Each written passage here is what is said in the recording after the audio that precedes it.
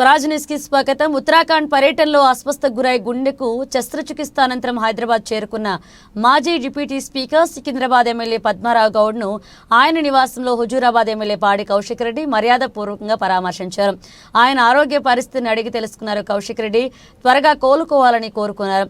అనంతరం ఎమ్మెల్యే కౌశిక్ రెడ్డి నిన్న నెక్లెస్ రోడ్లో పీపుల్స్ ప్లాజాలో కేంద్ర మంత్రి కిషన్ రెడ్డి ఆధ్వర్యంలో జరిగిన భారతమాత మహాహారతి ప్రోగ్రాంలో టపాసులు పేలిన సమయంలో ప్రమాదవశాత్తు అగ్నిమెరుపులు హుస్సేన్ సాగర్ లో ఉన్న 2 బోట్లకు అంటుకుని మంటల్లో చిక్కుకున్నాయి. ఈ ఘటనలో హుజూరాబాద్ నియోజకవర్గం వల్బాపూర్ గ్రామానికి చెందిన ప్రణీత్, సునీల్ గాయపడ్డారు. సికింద్రాబాద్ యశోద హాస్పిటల్లో చికిత్స పొందుతున్న వారిని ఆయన పరామర్శించి వారికి ధైర్యం చెప్పారు. ఈ ప్రమాదంలో గాయపడిన వారి కుటుంబాలకు తన పూర్తి సహకారం అందిస్తానని, ఎల్లప్పుడూ వారి కోసం నిలుస్తానని హామీ ఇచ్చారు. గాయపడిన వారు త్వరగా కోలుకోవాలని ఎమ్మెల్యే పాడి కౌశిక్ రెడ్డి ఆకాంక్షించారు.